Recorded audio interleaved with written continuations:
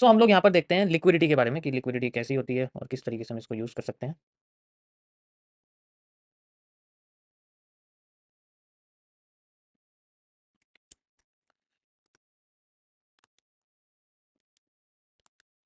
Liquidity देखो क्या होता है, मैं इसको आपको दोनों फॉर्मेट से बताऊंगा। अभी मैं आपको एमएमसी में जो मैंने लिक्विडिटी को एक्सप्लेन किया है, मैं उसके हिसाब से आपको इसको जीरो से एक्सप्लेन करूंगा एंड जब 50% हो जाएगा देन इसके अंदर मैं आपकी एसएमसी है, स्मार्ट मनी कॉन्सेप्ट, आईसीटी वाली जो लिक्विडिटी है वो मैं ऐड कर दूंगा ताकि आपको टारगेट पता लग जाए जनरली। ठीक है, अब आप अगर देखो ज़्यादा चैट करोगे तो मेरा ध्यान चैट्स पे जाएगा, तो 2 मिनट के लिए शांत हो जाओ बस। ठीक है, लाइफ चेंज हो जाएगी आपकी अगर आप इस चीज़ को समझ लोगे। सारी खेल इसी के ऊपर डिपेंड करता है। देखो होता क्या है, पहले इसको समझो, ये है क्या। इसके इसके अंदर ना दो चीज़ है। एक होती है लिक्विड। लिक्विड का मतलब क्या होता है, देखो लिक्विड का मतलब होता है, टेक्नोलॉजी में लिक्विड का मतलब होता है एक ऐसी चीज़ जो इधर से उधर फ्लो कर सकती है। ठीक है, लेकिन उसके ऊपर कंट्रोल होना चाहिए। ठीक है, लेकिन उसके ऊपर हमें कंट्रोल जनरली हमारा होना चाहिए। इस चीज़ को समझो। तो इसको हम लोग जनरली फिजिकल भाषा में कैश कहते हैं। जैसे नोट होते हैं ना आपके, फिजिकल दुनिया में कोई भी नोट हो हमारे पास वो कैश होता है जनरली, उसे हम लोग कैश कहते हैं। अब जब ये कैश कैसे, मतलब ये लिक्विड बनता कैसे है? ये लिक्विड जो है ये बनता कैसे? जब हमारा पैसा बैंक में होता है तो वो नंबर शो होता है, सिर्फ नंबर है। बैंक हमने लॉगिन करा, वहाँ 1 रुपये भी उतना ही शो होगा, 1 करोड़ भी उतना शो होगा, 100 करोड़ भी उतना शो होगा। लेकिन जब उसका आप कैश में रखोगे ना, 1 रुपया 1 सिक्का है, 1 करोड़ इतना है कि टेबल भर जाएगी। ठीक है, मतलब जितना मुझे अंदाज़ा है, अंदाज़ा ही दे सकता हूँ। और 100 करोड़ तो पूरा रूम ही भर देगा। ठीक है, तो इस हिसाब से वो होता है जनरली। जो प्रोसेस होता है जिससे हम लोग अपने एसेट को कैश में कन्वर्ट करते हैं, उसे हम लोग लिक्विडिटी कहते हैं। ठीक है, जो प्रोसेस होता है जिससे जिससे हम लोग अपने एसेट को कैश में कन्वर्ट करते हैं। एसेट हमारे कई तरीके के हो सकते हैं, जैसे मान के चलो आपका कोई रियल एस्टेट हो गया। रियल एस्टेट एसेट ही तो होता है, और क्या होता है। ठीक है, अब यस और नो करते रहना। सेकंड, कोई भी कमोडिटी हो गई आपकी। कमोडिटी का मतलब कोई भी आपका गोल्ड है ना, कोई भी आपका सिल्वर, ये सारे एसेट के फॉर्म में होते हैं। जब तक आप इनको बेचोगे नहीं, इनकी वैल्यू बढ़ती रहेगी। ऐसी तो होता है, तो घटती भी रहेगी। एसेट वही होते हैं। एक लाइबिलिटी होती है जिसकी वैल्यू सिर्फ कम होती है, जैसे गाड़ी है, फोन है। ठीक है, उस तरीके से। जैसे एज है, एज भी एक लाइबिलिटी है वो बढ़ती है, लेकिन एक्चुअल में हम कमजोर हो रहे होते हैं। प्लेटिनम है, जिसे हम लोग व्हाइट गोल्ड कहते हैं। ठीक है, ये महंगा होता है गोल्ड से जनरली। उसके बाद एसेट हमारा दूसरा, जैसे कंपनी के शेयर्स हो गए आपके पास, तो these are the things which are in the form of assets. ये चोरी नहीं हो सकते, ये डिजिटल फॉर्म की मैं बात कर रहा हूँ जनरली। ठीक है, जैसे घर चोरी थोड़ी हो जाएगा, घर थोड़ी उठा के कोई ले जाएगा। हाँ, कब्जा कर सकता है, वो अलग बात है, लेकिन पॉजिटिव रहने पे ये सारी चीज़ें ऐसी हैं जिन पे लोग अपने 99% पैसा अपना इन जगह पर रखते हैं, क्योंकि इसे ही वेल्थ जनरेशन कहते हैं। बाकी का 1% लिक्विड कैश होता है। जैसे एग्जाम्पल के लिए मैं यहाँ पर मान लो मैं यहाँ पर, ठीक है, मान लो मैं एग्जाम्पल के लिए 2 करोड़ बना रहा हूँ 1 महीने में। तो यहाँ 2 करोड़ जो मैं बना रहा हूँ ना, मैं इसका 99% हिस्सा इन सब जगह पे लगा देता हूँ, 1% खर्च कर देता हूँ। 1% बैंक में रहता है, तो कोई प्रॉब्लम भी नहीं है। ठीक है, अब कुछ तो रखना पड़ेगा ना, खर्चा कैसे चलेगा, खाना पीना वगैरह वो सब चीज़ें। और अगर शादीशुदा है तो फिर उसके बाद 3 हो गया, 4 हो गया, डिवाइड हो जाएगा। अकेले में तो क्या ही कुछ होगा। इस तरीके से है। ठीक है, एग्जाम्पल दे रहा हूँ बस आप लोगों को, रियल में मत समझना। तो इस प्रोसेस में जब हमारे पास ये जो एसेट्स हैं ये कैश में कन्वर्ट हो जाते हैं, that process is known as the liquidity. ठीक है, अब ये जो प्रोसेस है सारा, ये अगर होता है सही तरीके से, तो इसमें जो इन एसेट का प्राइस है, जैसे रियल एस्टेट का कोई प्राइस होगा, मतलब जमीन का कोई प्राइस होगा, 1 लाख रुपए गज होगी, 90,000 रुपए गज होगी, 70,000 रुपए गज होगी, 2 लाख रुपए गज होगी, प्राइस है उसका, कोई प्रॉब्लम नहीं। गोल्ड है, गोल्ड का कोई प्राइस होगा भाई, 80,000 रुपए तोला है, 90,000 रुपए तोला है, 1 लाख रुपए तोला है। सिल्वर का भी प्राइस होगा कुछ ना कुछ। ठीक है, प्लेटिनम का भी कुछ ना कुछ। शेयर्स का भी प्राइस होगा, किसी कंपनी के शेयर्स का भी आपका प्राइस होगा। अब जब भी हम इन एसेट्स को जनरली, ठीक है, हम इन एसेट्स को जनरली कैश में कन्वर्ट करते हैं, यानी कि आसान भाषा में बेच देते हैं, तो उस प्रोसेस को हम लिक्विडिटी कहते हैं। अब जब हम इसको बेचते हैं तो इन सब एसेट्स का प्राइस फ्लक्चुएट नहीं करना चाहिए। ठीक है, इन सब एसेट्स का प्राइस फ्लक्चुएट नहीं करना चाहिए, ये चीज याद रखना। बिना प्राइस फ्लक्चुएट करे हुए इस प्रोसेस को हम लोग लिक्विडिटी कह देते हैं। ये दोनों साइड में होती है। जब हम कैश को एसेट में कन्वर्ट करते हैं तब भी लिक्विडिटी क्रिएट होती है, जब हम एसेट को कैश में कन्वर्ट करते हैं तब भी लिक्विडिटी होती है। दोनों चीजों में लिक्विडिटी कहते हैं। ठीक है, अभी यहाँ पैसों की बात चल रही है। ठीक है, अभी कैंडल्स की बात नहीं चल रही है, तो थोड़ा अब यहाँ पर जैसे मान के चलो, ये जो प्रोसेस है यहाँ पर, अगर मैं बात करता हूँ किसी भी एसेट की जो हम लोग कैश में कन्वर्ट करते हैं। ठीक है, एसेट को कैश में कन्वर्ट कर देते हैं, इस चीज़ को हम लोग लिक्विडिटी कहते हैं। ऐसा ही होता है, कोई प्रॉब्लम तो नहीं है। इसे हम लोग बोलते हैं स्वैप करना, यानी कि स्वैपिंग, लिक्विडिटी स्वैप। ओके, इसे हम लोग बोलते हैं लिक्विडिटी स्वैप।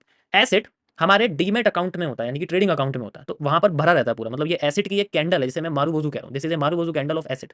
ये डीमेट अकाउंट का एक हमारे पास हिस्सा है। अब इसमें से हम लोग मान लो कैश में कन्वर्ट कर देते हैं, पूरा नहीं करते हम, 90% कर देते हैं। तो ऐसा जब होता है तो हमारे पास में इसकी वैल्यू खत्म हो जाएगी, तो कैश में कन्वर्ट होने के बाद हमारे डीमेट अकाउंट में सिर्फ इतना पैसा बचेगा।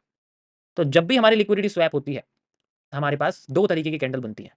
ऐसी कैंडल जिनके ऊपर विक होती है, नीचे नहीं, जिनके ऊपर विक होती है। और ये जो विक है it's indicate a bearish pressure. जब भी मार्केट में ऊपर विक बनती है किसी भी कैंडल के ऊपर और नीचे बॉडी होती है, दैट मीन्स वहां पर लिक्विडिटी स्वैप हुई है, एसेट कैश में बदला गया। ठीक है, अब ये जो पैसा है कैश में कहाँ आएगा, ये पैसा कहाँ गया, ये पैसा हमारे बैंक में आ गया या फिर हमारे नॉर्मल अकाउंट में आ गया, जिसको हमने किसी एसेट में नहीं खरीदा हो। लेकिन मान लो मैं कह रहा हूँ वो डीमेट अकाउंट में या ट्रेडिंग अकाउंट में या किसी भी फॉरेक्स ब्रोकर में, लेकिन वो किसी एसेट में लगा नहीं हुआ, उसके ऊपर किसी ने ट्रेड नहीं चली हुई, वो मार्जिन यूज नहीं हुआ। यहाँ तक सभी को समझ में आया? किसी को प्रॉब्लम तो नहीं है? किसी को प्रॉब्लम तो नहीं, यहाँ तक समझ में आया? ठीक है,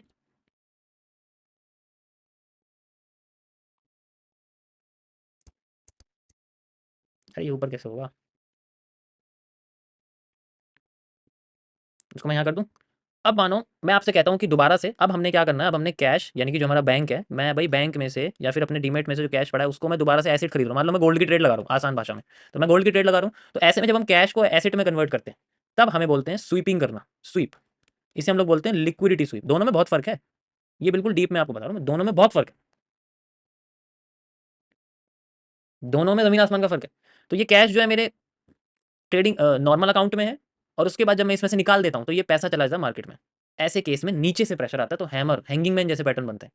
that is how we can indicate कि मार्केट में बुलिश प्रेशर आया है। तो एक बुलिश प्रेशर जनरेट होता है जब मार्केट में लिक्विडिटी स्वीप होती है। जैसे एग्जांपल के लिए आपके निफ्टी बैंक निफ्टी के पिछले साल 5 जून के इलेक्शन के बाद की जो वन डे के टाइम फ्रेम पर कैंडल बनी है, अभी दिखाऊंगा शो करके, वो आपकी लिक्विडिटी स्वीप है। जब इलेक्शन आया तो रिजल्ट आया इलेक्शन का तो मार्केट एकदम नीचे गिर गई और उसके बाद वहां पर जो आपकी बुलिश कैंडल बनी है वहां आपको हैमर ही हैमर दिखेंगे, हर जगह हैमर ही हैमर हैमर ही। अभी आपको अच्छे से दिखाऊंगा समझा के कैसे आपको दिखता है। ठीक है, समझ आया? कोई प्रॉब्लम तो नहीं है? एकदम से हमने कैश में से निकाला, मारू गोजू खत्म हो गई और वो हैमर में बन गई। ऐसे में ये जो प्रेशर है ये नीचे आता है, मार्केट के नीचे आता है। हमें बस आइडेंटिफाई करना है कि किस जगह पर मार्केट लिक्विडिटी स्वीप कर सकती है। ठीक है, ये कई तरीके से होता है। ऐसा नहीं है कि आपको ऐसी कैंडल दिखेगी, हो सकता है आपको कैंडल ऐसी दिखे, पहले नीचे गई फिर मार्केट ऊपर चली गई। ऐसा तब होता है जब कैंडल के पास समय नहीं होता उसी जगह पे दोबारा से अपने आप को नीचे जाके ऊपर ले जाना, तभी तो वीक ऐसे बनेगी। लेकिन उसको इतना समय नहीं होता, वो अगली कैंडल ऊपर ले जाती है। तो एक bullish engulfing is also known as the liquidity sweep. A bearish engulfing is also known as the liquidity swap. एक बियरिश एंगल्फिंग भी वही है, कंबाइन करोगे ना शूटिंग स्टार या फिर आपके सामने ऐसे पैटर्न आएंगे। This is called liquidity. अब जैसा कि मैंने आपको बताया ये वाला कि प्राइस फ्लक्चुएट नहीं करना चाहिए अगर इनमें से कोई भी प्रोसेस होता। अगर प्राइस फ्लक्चुएट कर गया, ठीक है, अगर प्राइस फ्लक्चुएट कर गया तब क्या करेंगे? तब सबसे बड़ी समस्या होती है हमारे पास, क्योंकि लिक्विडिटी तभी यूज की जा सकती है if we are in a centralised market. तो यहां पर जब होती है प्राइस फ्लक्चुएट कर जाता है, जैसे हम लोग इनसाइडर ट्रेडिंग की बात करते हैं या फिर हम लोग किसी ऐसे एसेट की बात करते हैं जो इतना ज्यादा गिर जाए, मैक्सिमम 60% नीचे गिर जाए, ऐसे में इलिक्विडिटी क्रिएट होती है। इलिक्विडिटी होती है जब आपका अनकंट्रोल्ड मूवमेंट मार्केट का बन जाती है, तब होती है जब कोई मैनिपुलेट करने की कोशिश कर रहा है, हद से ज्यादा अपने एसेट को बेच रहा है, हद से ज्यादा खरीद रहा है। इसे हम लोग इंस्टीट्यूशनल बाइंग और या फिर इंस्टीट्यूशनल सेलिंग कहते हैं, लेकिन वो एक अलग तरीके से मार्केट में लोगों का पैसा उड़ाने के लिए, रग पुल के लिए की जाती है। आज के डेट में क्रिप्टो में तो ये लीगल ही मानते हैं। ठीक है, आपने देखा होगा लोग रग पुल कर देते हैं और वहां पर तो ऐसा, लेकिन ये टोटली इलीगल, ऐसा नहीं करना चाहिए कभी भी। ठीक है, इससे बचना चाहिए और इसमें कभी इन्वॉल्व नहीं होना चाहिए जनरली। आप फ्लक्चुएशन का मीनिंग होता है, देखो ट्रेंड ऐसे जाना कोई प्रॉब्लम नहीं, ट्रेंड ऐसे जाना कोई प्रॉब्लम नहीं, ट्रेंड ऐसे जाना, this is a fluctuation. Trend ऐसे जा रहा है कोई प्रॉब्लम नहीं, ऐसे चला गया प्रॉब्लम है, दिस इज ए फ्लक्चुएशन। पहले नीचे जाता है फिर एकदम ऊपर उसी रेंज में आने लग जाता है, लेकिन ये जो एकदम से नीचे जाके ऊपर गया, this is a fluctuation. Stock market में अगर किसी शेयर के साथ ऐसा हो जाए ना, इंक्वायरी बैठ जाती है लार्जर टाइम फ्रेम पे, 1 मिनट में नहीं, 4 आवर में, 1 डे पे। अगर ऐसा कोई स्टॉक हालत कर दे तो इंक्वायरी बैठ जाती है स्टॉक के ऊपर, कंपनी के ऊपर, पूछने लग जाएंगे ऐसा कैसे करा तुमने। ठीक है, क्रिप्टो में क्या है, अभी मैं आपको बताता हूँ क्यों नहीं पूछता कोई क्रिप्टो में, क्यों ऐसा है कि वहां पर इतनी इतनी छूट है वहाँ। अब ये लिक्विडिटी क्रिएट हो गई। अब यहाँ पर अगर मान लो एग्जांपल के लिए मैं आपसे कहता हूँ कि मार्केट अच्छी खासी हमारे पास ऊपर जा रही थी, ठीक है, मार्केट हमारी अच्छी खासी ऊपर जा रही थी, मान लो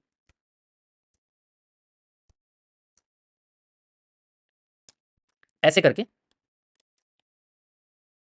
अच्छी खासी मार्केट ऊपर जा रही थी, एकदम से क्या होता है मार्केट के अंदर, एकदम से गिरावट आने लग जाती है, ऐसे गिर जाती है। अब भैया तो बहुत बड़ी चीज़ है ना, लार्जर टाइम फ्रेम पे मान लो मेरे सामने इतना बड़ा मूवमेंट अगर मार्केट में डाउन साइड में आ गया। एग्जांपल के लिए मैं आपको निफ्टी बताता हूँ, निफ्टी का इंडेक्स से, ये 5 जून की डेट का ग्राफ है। ठीक है, मुझे ग्राफ याद रहते हैं, आप किसी का भी नाम लो मुझे रहते हैं याद। सेम एग्जांपल मैं अगर 2023 के जीबीपी जेपीवाई की बात करूँ, ठीक है, सेम एग्जांपल अगर मैं 2017 के आपको यूएसडी कैड की बात करूँ जनवरी में, तो उसमें भी यही सेम चीज़ हुई है। ठीक है, ये ऐसे जब गिर जाती है तो अब यहाँ क्या करते हैं, अब यहाँ पर जब इलिक्विडिटी क्रिएट हो गई हमारे पास, इलिक्विडिटी क्रिएट होती है, जो सेंट्रल बैंक है, देश का कोई भी सेंट्रल बैंक है, वो क्या करेगा, वो अपना रेपो रेट इंक्रीज कर देगा।